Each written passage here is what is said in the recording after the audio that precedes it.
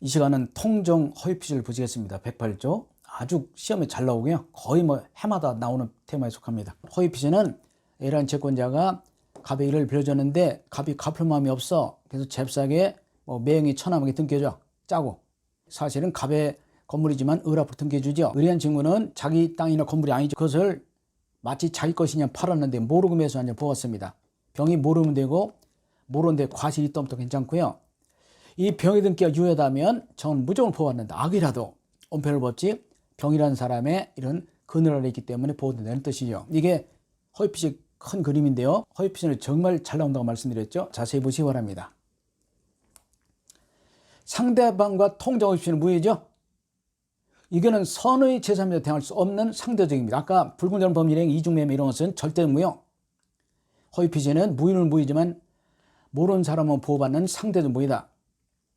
이거 제3자는 뭐로 샀죠? 선의는 추정된다. 그러나 선의의 무과실까지 요구되지 않습니다. 이거 모르면 되고요. 선의 과실이 있던 없던 괜찮다고 했고요. 아버지가 아들에게 또는 남편이 부인에게 부동산을 매도하는 것은 일단 가장매매로 추정됩니다. 왜냐하면 부자간의 매매 있을 수 있어요. 남편이 처에게 할 수 있는데 문제는 아버지가 아들에게 또는 신랑이 부인에게 팔고 양도소득세, 취득세 낸다는 것은 흔치 않기 때문에 이런 가장매매로 일단 추정됩니다. 그래서 아들이 또는 처가 가짜로 매수한 것이 아니라는 것을 입증해야 됩니다. 자기가 소득증명 같은 걸 떼가지고요. 그러니까 아들도 가장매매가 아닐까, 그리고 부인도 가장매매가 아닐까로 추정되기 때문에 아들이 아닙니다. 내 땅입니다. 내 건물입니다. 처가 내 땅입니다. 라고 하려면 반드시 입증해야 된다는 거죠. 자기가 정해받은 것이 아니라 돈 주고 산 것이다 라고 입증을 받아야 되지, 그렇지 않으면 무효가 된다. 이렇게 보시면 되겠죠. 자, 허위 매수인으로부터 부동산 권리를 취득한 제3자 일단 선의로 추정됩니다. 선의로 추정돼. 병은 모르고 샀을 것이야. 따라서 부동산 양도인 즉 갑이라는 사람이 자신의 소유권을 주장하려면 반드시 제3자의 악의를 입증해야 됩니다. 병이라는 사람 모르니까 샀지, 알면 사지 않습니다. 부동산 거래 잘못하면요 금방 쫄딱 망할 수 있어. 그래서 모르니까 샀을 것이다. 싼다 하더라도 알면 안 삽니다.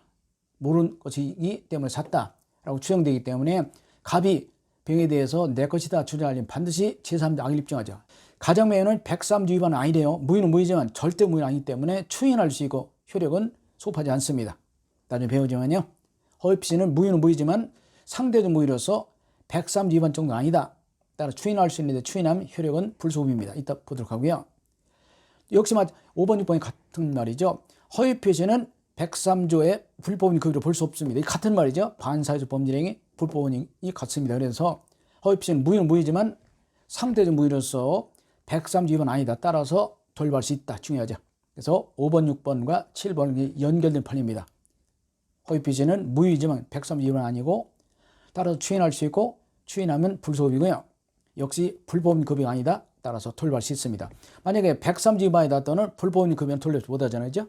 노름빛 도박자금 돌려주지 못하죠. 그래서 그게 반대되는 개념이라고 보시면 되겠습니다. 굉장히 중요하고요. 5번, 6번, 7번도 잘 나오는 판례죠. 자, 계속 이어서 보도록 하겠습니다. 8번, 허위피지 무효다. 그런데 이 중요한 판례인데 무효인 경우는 효력이 처음부터 발생하지 않기 때문에 배상 청구할 수 없습니다. 자, 이거 잘 나오죠. 책도 틀린 책 엄청 많아요.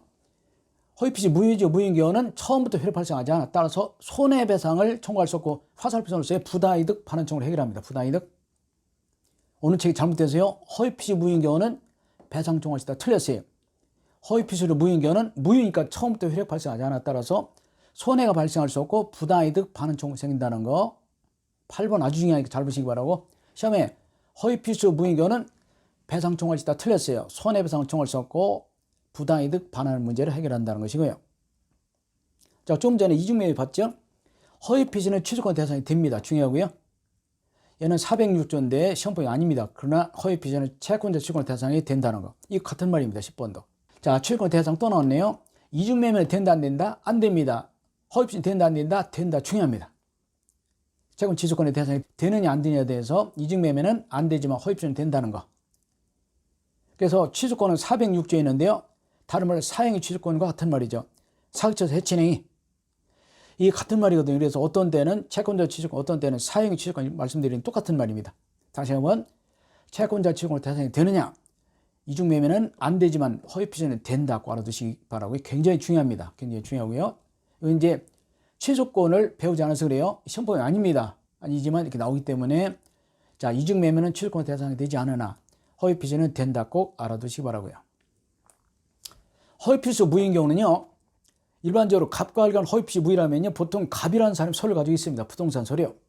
아까 매형이 처남에게 등기 넘겨줄 때요, 등기 필증은 다 갑이 가지고 있습니다. 매형. 그런데 우연히 압류등을 하다 보니까 표의자의 상대방 을이라는 놈이 필주 가지고 있다면 무효가 아니라는 뜻입니다. 갑이라는 사람이 을에게 허위필수했습니다. 그러면 갑은 서류를 가지고 있고 등기 필증 등. 그런데 을이라는 사람은 등기물을 가지고 있을 텐데, 그런데 을이 모든 서류를 가지고 있다면 허위필수 추정되지 않는다. 그런 뜻입니다. 합리적이지 않다. 우리 상식에 어긋난다. 그런 뜻입니다. 이해하셨죠? 허위필수 무효는요, 선의제함 대하지 못하는데 아주 중요하죠. 시범도 너무 잘 나옵니다. 보호받는 제3자 아니냐? 그래서 빨간 것이 답이죠. 제3자 해당된다는 거. 요 정도 의심이 돼요. 가장매매 매수 을로부터 목적물 매수해서 등기한 자 또는 저당권을 설정받은 저당권자, 가등기한 자, 그리고 압류 채권자, 그리고 경락받은 자, 파산권자에는 보호받습니다. 이에 반해서 가장매매에 기한 손해배상 양수인과 채권이 가장매매에 기한 채무자, 그리고 상속인과 아직 안 배웠습니다만 제3자를 위한 계획 제3자는 보호되지 않습니다. 그래서 시범은 꼭 외우셔야 돼요. A는 보호되고 B는 보호되지 않는다. A는 보호되고 B는 보호되지 않는다. 꼭 외우시기 바라고요. 정말 중요합니다. 별표 되어 있죠. 별표 2개도 아깝지 않습니다. 보호받는 제3자 A, 보호받지 못하는 제3자 B다. 이것만 외우시면 돼요. 여기 밖에서 시험 나오면요, 문제 내신 분이 틀리라 그런 뜻입니다. 아셨죠? 이거면 충분해요. 이거 충분합니다. 이 정도면 시험에서 다 맞출 수 있어요. A, B를 섞어놓고 고르기 보호받느냐 보호받지 못하는 이런 식으로 되기 때문에 A와 B를 잘 이렇게 따로따로 외우시면 돼요. 머리가 따면 안 돼요. 무조건 요 뜻대로 읽으세요. 읽으시면, 근데 뭐 저당권자, 압류 채권자 이런 식으로 외우면 돼요. 경락인, 파산관자 이렇게 외우시면 돼요. 12번은 정말 중요하다. 별표 하나 더 하시고 아주 중요합니다. 자, 13번은 조금 전에 봤죠. 허위 표시한 취득자 B형이 파산속을 받았어요. 그러면 파산관제인이 선임되는데 이 사람의 선악은 누가 기준이 되지 않고 파산관제인이 아니라 누가 기준이 된다? 파산채권자가 기준이 된다는 거. 파산관제인은 보호받는데 선악은 파산관제인이 아니라 누가 기준이 된다고요? 총파산채권자가 기준이 되기 때문에 파산채권자 모두가 악의가 되지 않는 한 선의 제3자로 볼 수밖에 없다는 것이죠. 그래서 파산관제인은 보호받는데 제3자에 해당하는데 이 사람의 선악은 파산관제인 개인의 선악이 아니라 총파산채권자 기준에서 총파산채권자 모두가 악의가 되지 않는 한 파산관제인은 선의 제3자로 볼 수밖에 없다. 그런 뜻이죠. 아주 중요하고요. 이게 여기 괄호한 거 파산관제인 개인의 선악이 아니라 총파산채권자 기준이 된다는 거 꼭 알아두시기 바라고요. 13번도 아주 중요하죠. 아주 중요하고요. 잘 나오는 판례가 어느 정도 정해져 있어요. 그러니까 제가 강의하는 판례 위주로 보세요. 여기저기 찾아보시고 추가할 필요 없습니다. 이 정도면 충분해.